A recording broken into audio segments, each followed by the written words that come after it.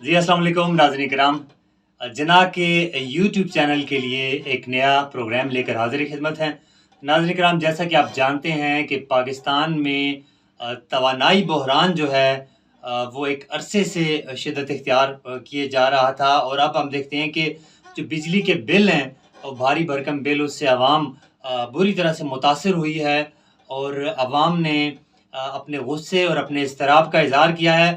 اور حکومت کے پاس کیا چوائسیز ہیں، آئی ایم ایف نے کتنی چھوٹ دی ہے کہ بلز کے اندر کیا آیا، کوئی سبسڈی دی جا سکتی ہے یا انہیں صرف اور صرف ان کی اقساط کر کے ان کی ادائیگی ممکن بنائی جائے گی، بل معاف نہیں کیا جائے گا، کیا سٹینس ہے گورنمنٹ کا؟ اس حوالے سے بات کرنے کے لیے ہمارے ساتھ سینئر جرنلسٹ ہیں، آن لائن کے ساتھ بطور نیوز ایڈیٹر ایک عرصے سے منسلک ہیں، جناب ذکاء اللہ صاحب موجود ہیں۔ سب سے پہلے تو آپ کو خوش آمدید کہیں گے۔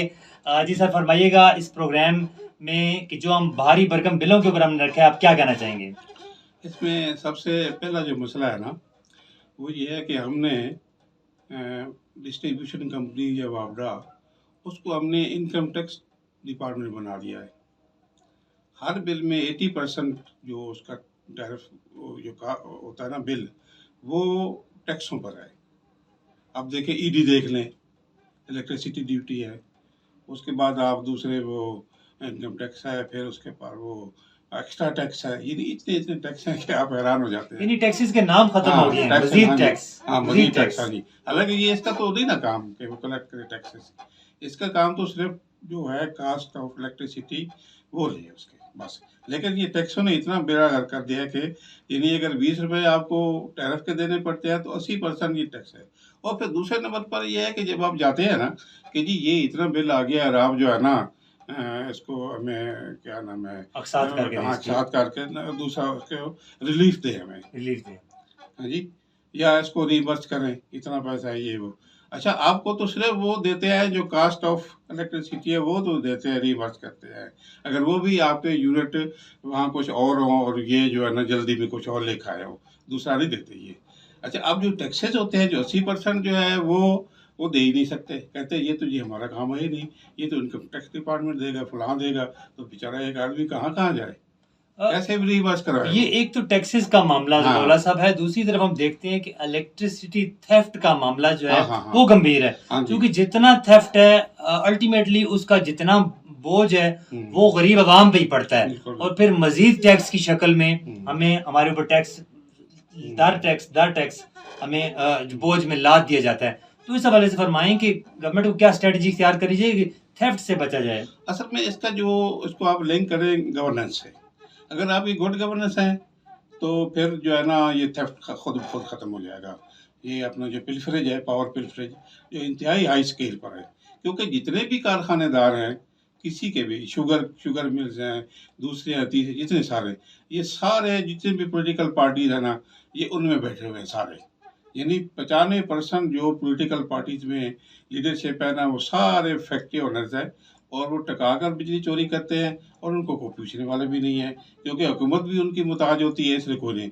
دوسرے نمبر پر جو بڑی بڑی مارکیٹیں ہیں پاکستان میں، وہ بھی جناب وہ چوری کرتے ہیں۔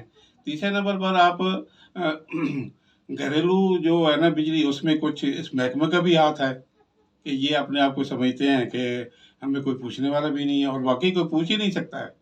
ابھی ایک سوال آیا، یہ تھا کوشچن کہ آپ جو ہے نا وہ وابڈا کی فری سپلائی ختم کر دیں۔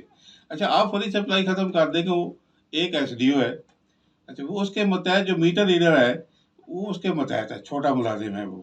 اب وہ جب میٹر ریڈنگ کرنے جائے گا اور وہ دیکھے گا جی یہ تو پاور پلفریج ہو رہی ہے، جو ایس ڈی او صاحب جو ہے نا یہ کنڈی لگا رہے ہیں یہ جگہ، وہ کیسے اس کی رپورٹ کرے گا؟ ایک تو وہ یعنی بجلی بھی چوری کرے گا، دوسرے نمبر پر وہ جو ہے نا وہاں سے الاؤنس بھی لے لے گا۔ تو اس کا صرف یہ ایک ہی حل ہے کہ جو ہائی لیول پر جو بجلی اور چوری ہو رہی ہے نا، پہلے اس کو ختم کیا جائے، اور ایک جو ہے نا گڈ گورننس جو ہے نا وہی ختم کر سکتی ہے، دوسرا کوئی نہیں کر سکتا۔ پھر دوسرا بتائیے گا کہ وابڈا کے اہلکار ان کی ملی بھگت سے میٹر جو ہوتے ہیں وہ سلو ڈاؤن کر دی جاتے ہیں، یا بعض میٹروں کو فالٹی کر دیا جاتا ہے، تو اس کا کیا حل آپ سمجھتے ہیں؟ سر اس کا یہی ہے نا، وہ اس میں اصل تو سارے جو ہے نا ایک اپرائٹنیس ہے، ایک جو ہے نا آنیسٹی ہے، کہ ایک آنیسٹ جو ہے نا وہ لوگ ہوں وہاں پر۔ اگر نس نہیں ہے تو آپ کو جو ہے نا ایک چیف انجینئر بھی وہ نس ملے گا، ایک میٹر ریڈر بھی ملے گا، ایک لینڈ مین بھی ملے گا، وہ اس چوری میں انسٹرومنٹل ہوں گے سارے. جی تو اس کو یہ ہے کہ ان لوگوں کو پکڑا جائے اور ان کو سخت سزائیں دی جائے، اور جو کروا رہا ہے اس کو بھی سزا دی جائے.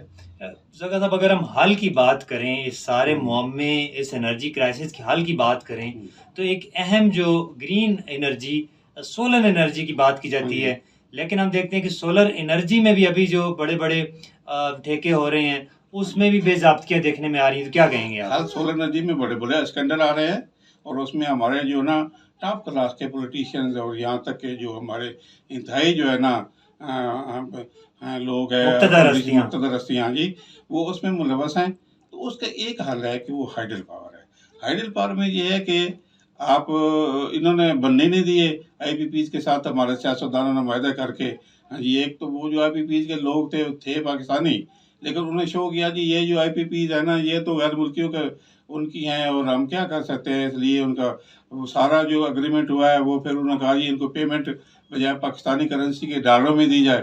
اچھا انہوں نے خوب لوٹا ہے. اور وہ کون سے دور تھے؟ یہ نون لیگ کا دور تھا اور پیپل پارٹی کا دور، وہاں سے ہوئے ہیں، اور انہوں نے ہمیں بالکل ہی ختم کر کے رکھ دیا. اس کا یہ ہے کہ اب ہائیڈرو پاور ڈیم بنائے جائیں ملک میں، اور خاص طور پر سمالر ڈیمز، چھوٹے چھوٹے ڈیم بنائے جائیں تاکہ. اور یہ جو آپ کہہ رہے ہیں نا سولر، یہ بھی انتہائی کاسٹلی ہے، یہ بھی غریب آدمی نہیں افورڈ کر سکتا. ادھر بھی مت، کیونکہ اس میں بھی اب جو اسکینڈل ابھی آیا ہے، وہ سیاستدان ہیں بڑے اپنا، وہ انہوں نے یہ ساری گیم کی ہے تاکہ وہ پاکستان میں وہ لے آئیں سارا اور اپنی وہ لوٹ مار شروع جی ایک پری پلان، ایک سازش لگی ہے. ہے. ناظرین کرام، دیکھتے ہیں کہ ایک طرف بھاری بھرکم بل عوام کو دیے گئے